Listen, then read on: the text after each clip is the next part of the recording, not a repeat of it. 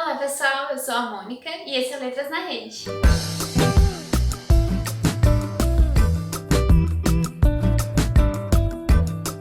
Hoje a gente está aqui para falar um pouquinho sobre o livro Bagagem, da Adélia Prado. A Adélia Prado é uma escritora brasileira que nasceu em 1935 em Divinópolis, Minas Gerais, e ainda está viva. E ela escreveu um pouco mais velha, ela começou a escrever quase com seus 40 anos e publicou Bagagem só em 1976, quando ela já tinha quase 41 anos. Ela perdeu a mãe muito jovem e também perdeu o pai antes de começar a escrever, e essa perda foi muito importante. A gente vai poder ver reflexos disso na escrita do Bagagem. Ela casou em 1958 com o José Assunção de Freitas, com quem ela foi casada a vida toda e teve 5 filhos. A Adélia é uma poeta que fala muito das coisas do dia a dia, né? Não tanto assim, ela não vai fazer um poema sobre estar fazendo feijão, por exemplo, mas ela vai usar essa ideia de fazer o feijão para falar das coisas que ela acredita serem importantes. Esse livro, Bagagem, que é publicado em 1976, ele é o livro de estreia dela como escritora e como poeta. Ela terminou de escrever ele em 1973 e mandou ele para o Afonso Solano de Santana, que é um crítico literário importante dessa época, que por sua vez leu os poemas e mandou para o Carlos Drummond de Andrade, que gostou muito dos poemas dela. Então, ela tem já esse aval desde o início, né? Ela é bem vista pela crítica e pelos outros poetas com quem ela conversa. Essa conversa com outros poetas é um outro ponto importante da obra da Adélia. Dentro do Bagagem, a gente vai ver poemas que referem diretamente aos poemas do Carlos Drummond de Andrade, como o primeiro poema da primeira sessão. Ela também vai falar diretamente do João Guimarães Rosa, vai falar do Fernando Pessoa e vai falar diretamente do Castro Alves.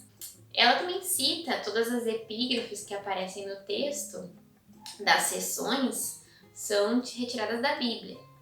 E a epígrafe primeira, que é a epígrafe do livro todo, é de São Francisco. Então, esse tema religioso é uma coisa que vai fazer parte do texto dela, parte dos poemas, e vai ser um tema também com o qual ela vai discutir, né? Ela vai tentar entender, bom, o que é Deus, quem é Deus, como é que a gente acha Deus. Não no sentido de se Deus existe, mas ela não está se perguntando isso. Para ela, Deus é uma coisa bastante presente. Mas tentando mostrar como esses elementos do cotidiano, que a gente já mencionou que são coisas que fazem muito parte desse bagagem, são caminhos de acesso para esse divino, né? Ou como que ela pode reconhecer esse divino mesmo nessas coisas mais banais da vida de todo dia. Em uma entrevista, a Adélia diz que esse título é porque ela pensa que bagagem é aquilo que a gente carrega numa viagem que é o mais essencial. A gente só leva uma viagem uma coisa que a gente precisa realmente levar. Então, nesse livro, ela só traz aquilo que ela realmente precisa trazer, né? Aqueles elementos que ela realmente precisa demonstrar, dos quais ela precisa realmente falar. Então, estão aí o cotidiano, a vida vidinha, que nem ela vai dizer, não é essa vida grandiosa, dos grandes feitos, das grandes coisas. Não, é a vida de ir na missa no domingo, fazer comida para os filhos, viver na casa, abrir a janela. Esse tipo de vida é a vida da qual ela está falando.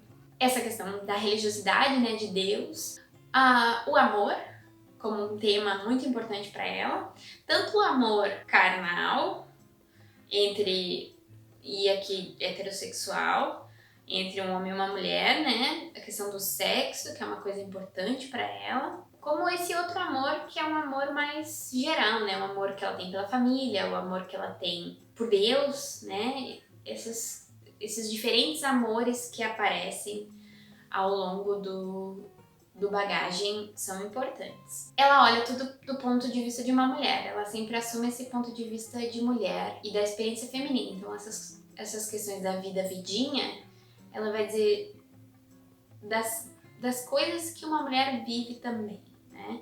Ou principalmente as coisas que uma mulher vive. E isso é importante para ela nesse conjunto de poemas. O Bagagem tem 113 poemas, divididos em 5 sessões.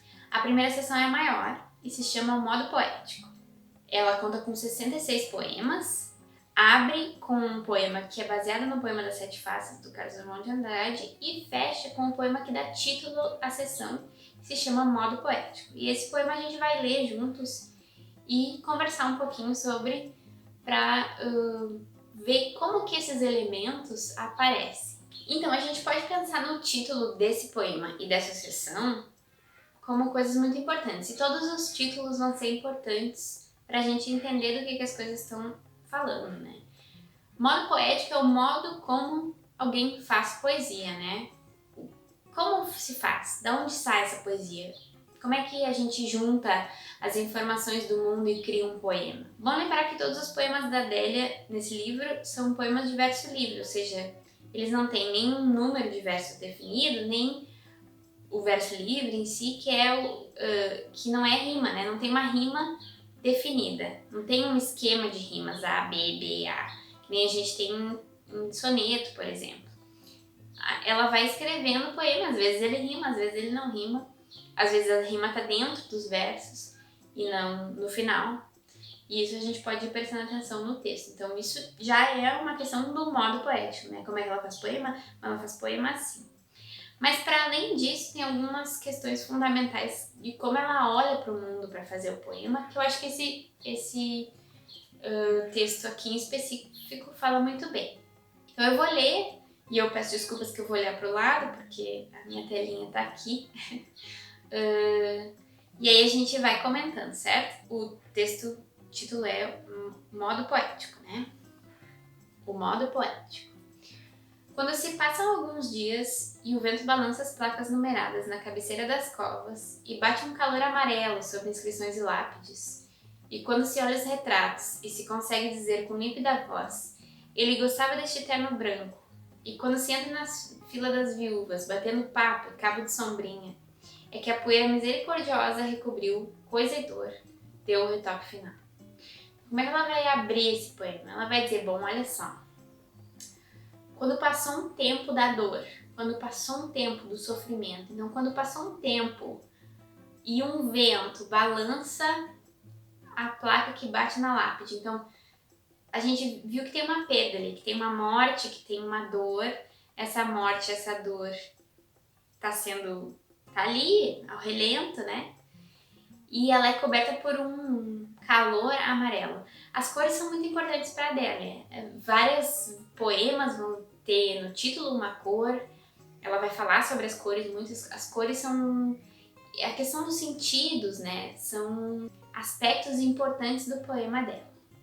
Então aqui a gente tem já o calor amarelo, né? Esses dois sentidos, o quente e o amarelo juntos, que vai dizer assim, ó, quando isso já passou, quando essa poeira misericordiosa já assentou a dor, né, já cobriu essa dor e a gente já consegue pensar numa pessoa que gostava de terno branco, a gente consegue entrar na fila das viúvas batendo papo e sombrinha, né, então ela tá caminhando, fazendo toque-toque com a sombrinha. Quando essas coisas já estão assentadas, bom, é que daí essa poeira deu o retoque final, né? Ela organizou as coisas, a dor já não é mais tanta, a gente já não sofre mais tanto.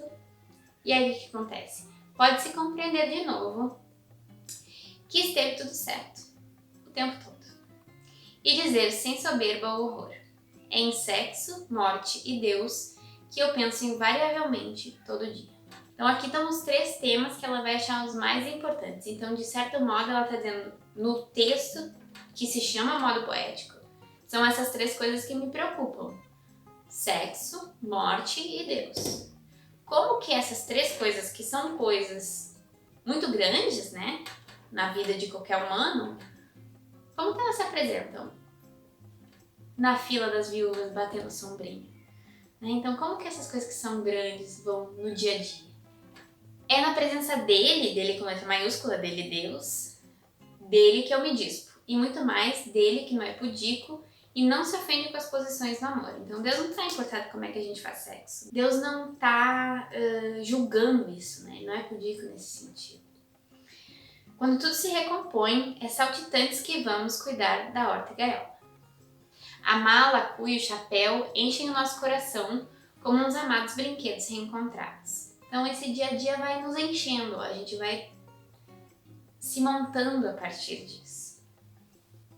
E ela vai falar do poeta. Quem é o poeta? Um poeta sem orgulho é um homem de dores, muito mais a de alegrias. Então ela é, de certo modo, esse eu lírico aqui tá falando desse poeta, que também é si, né? Um poeta sem orgulho, um poeta que não tem soberba, né? Ela já falou, sem soberba, sem orgulho, que não tá querendo ser mais do que é.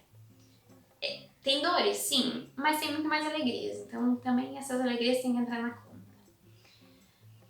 Seu cripto modo anuncia, às vezes, quase inaudível e indelicado código. Cuidado, entre as gretas do muro está nascendo a erva. Então, a vida nasce no meio do muro ali, né? As coisas não param de crescer. Que a fonte da vida é Deus, há infinitas maneiras de entender. Dá pra se entender pela poesia, dá pra se entender pela erva que nasce pelas gretinhas, pelas fissurinhas do muro. Esse é o poema que fecha a primeira parte do livro, que é modo poético.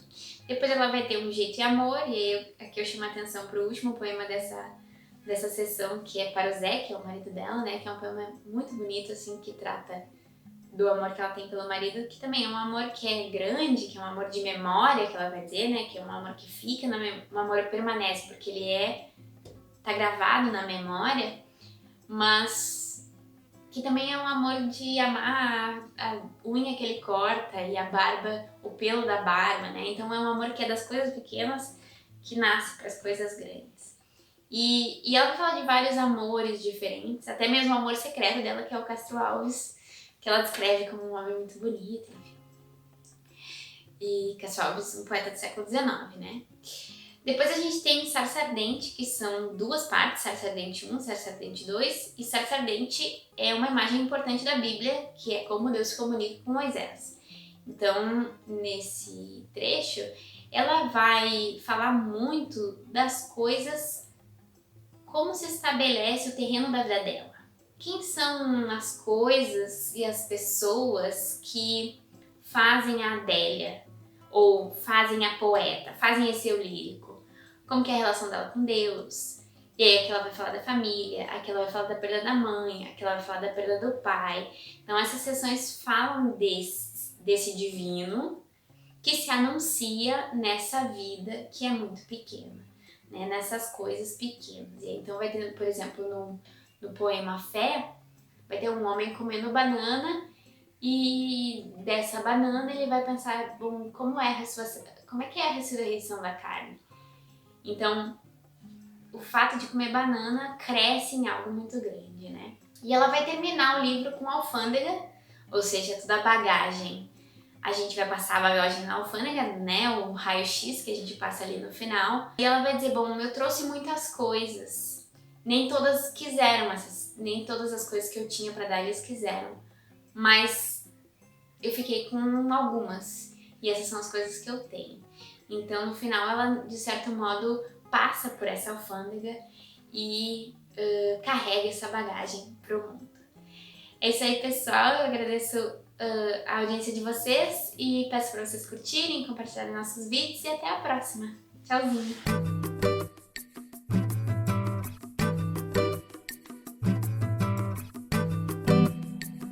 Ficou com alguma dúvida? Você pode deixar suas perguntas aqui nos comentários deste vídeo ou interagir com a gente nas nossas redes sociais. Todas as terças e sextas trazemos novos conteúdos sobre as leituras obrigatórias do vestibular da URGS 2021. Quer ficar por dentro de tudo? Aproveita e segue a gente. Você nos encontra em todas as mídias pelo @letrasnarede. Até mais!